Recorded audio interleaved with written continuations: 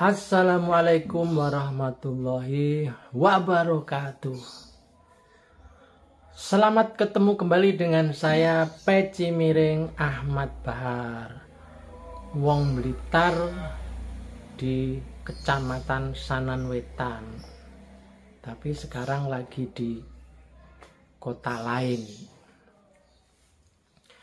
Ingin ikut berkomentar, bukan melu-melu, bukan. Ini saya kebetulan sudah pernah membuat konten tentang Gus Ikdam.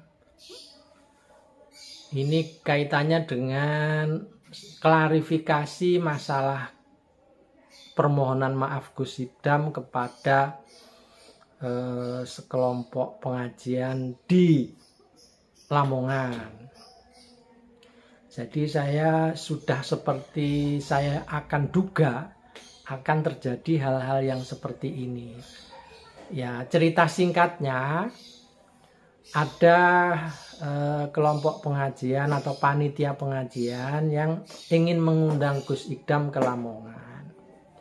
Nah, pada saat utusan datang menemui Gus Ikdam, kebetulan Gus Ikdam lagi di rumah sakit atau di klinik, lagi berobat, lagi diinfus.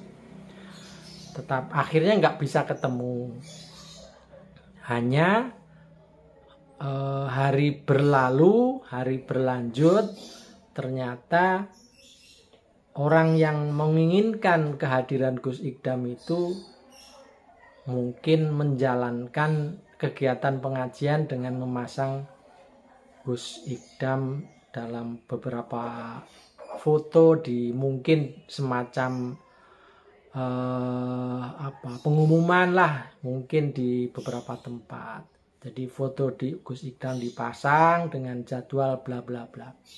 Tapi sebenarnya panitia itu belum deal dengan stafnya Gus Ikdam yang namanya Mas Jebor itu.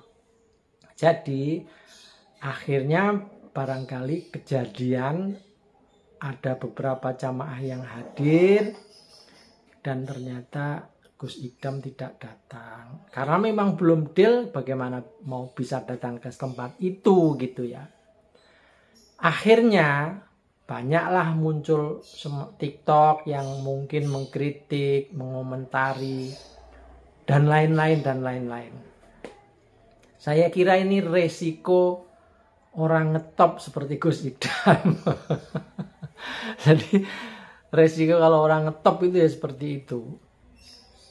Tapi saya bukan di situ masalahnya. Jadi saya ingin menyampaikan dan termasuk harapan, baik kepada Gus Ikdam maupun kepada jamaah, siapapun jamaahnya itu.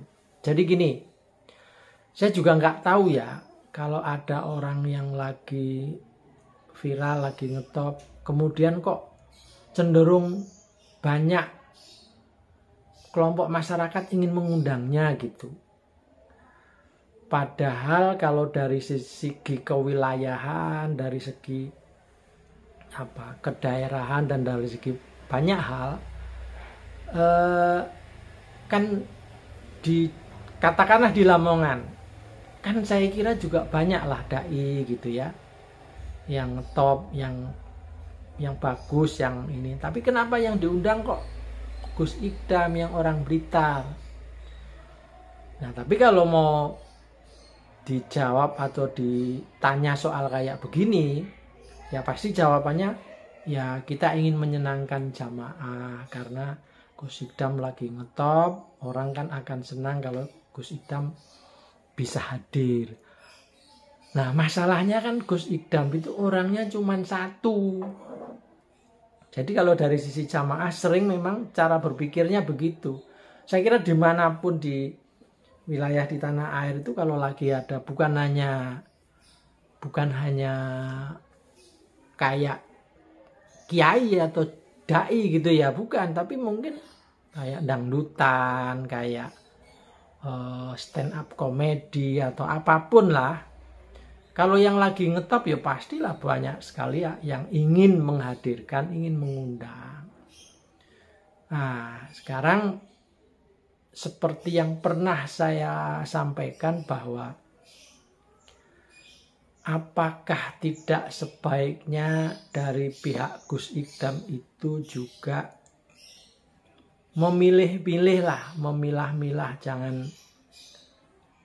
jangan dalam tanda kutip Gus Idam yang hanya satu, Gus Idam yang memang ngetop viral. Ini apakah tidak perlu dijaga agar tidak tereksploitasi gitu? Gimana caranya ya? Saya sendiri lagi mikir itu juga. Dan ini sebenarnya saya sudah pernah sampaikan. Walaupun akhirnya banyak penggemar Gus Idam yang malah membuli saya, malah ngata-ngatain. Kalau nggak tahu urusan nggak usah ikut-ikut komentar dong gitu. Nah, padahal saya itu keinginan saya kan baik. Ingin gimana caranya Gus Idam ini bisa panjang gitu. Dakwahnya bisa makin luas gitu. Dan ada semacam pembagian wilayah gitu ya. Ya mohon maaf, memang ini kalau dibahas ini kayak bahas telur dan ayam, duluan mana. Hanya dari sisi kesehatan, dan itu sudah beberapa kali saya dengar dan saya lihat, kan memang mohon maaf Gus Idam ternyata memang ringkih ya badannya itu ya. Memang, tetapi saya kira solusinya ada, yaitu jangan terlalu dieksploitasi oleh jamaah itu sendiri atau oleh panitia-panitia yang ingin mengundang. Tapi di atas semua itu, dari sisi Gus Idamnya barangkali juga harus mengendalikan diri. Jadi dibatasi gitu.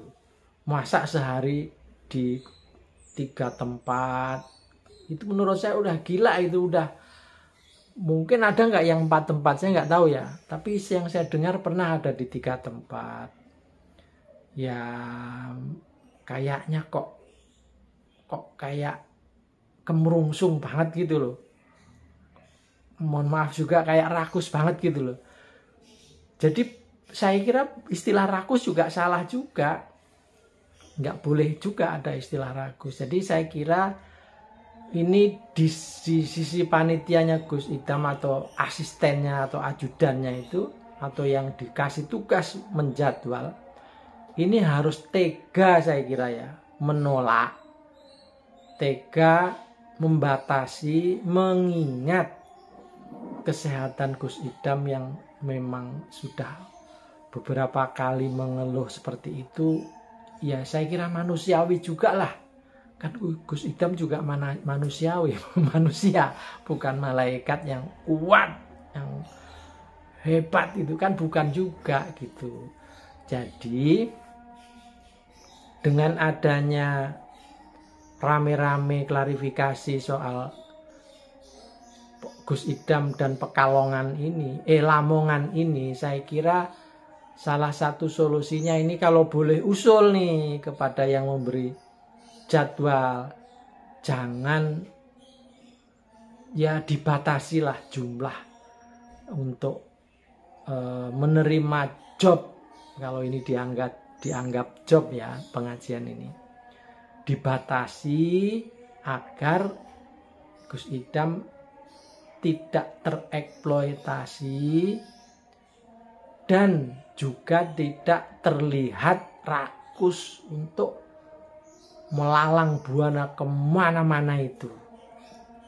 Ya saya kira itu yang paling penting. Dan kepada jamaah, ya kan kiai atau dai kan juga tidak hanya Gus Idam gitu. Ya tapi nggak bisa juga kalau jamaah dibatasi begitu, juga kadang-kadang nggak bisa juga. Jadi saling membatasi diri. Terus ya saya kira apalagi ya yang bisa sampaikan kecuali saran aja ini, masukan aja, mana tahu ini bermanfaat.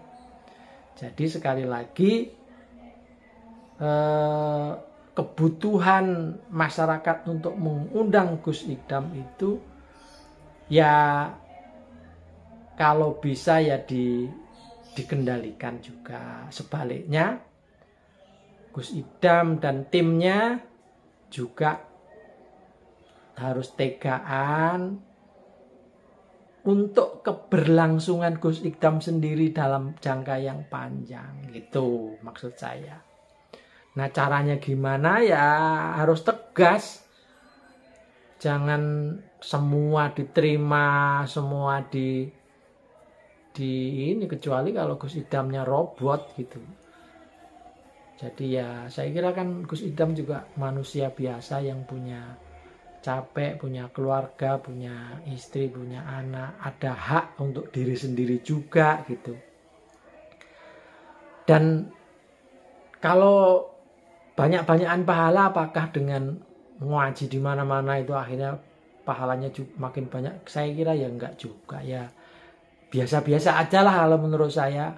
Jadi sekali lagi usul saya agar Gus Idam sehat selalu, kemudian fresh selalu, dibatasi lah, dan itu harus tega panitia, bukan panitia, timnya Gus Idam itu harus tega membatasi agar kesehatan Gus Idam juga terjaga dan keberlangsungan pengajian Gus Idam juga terjaga.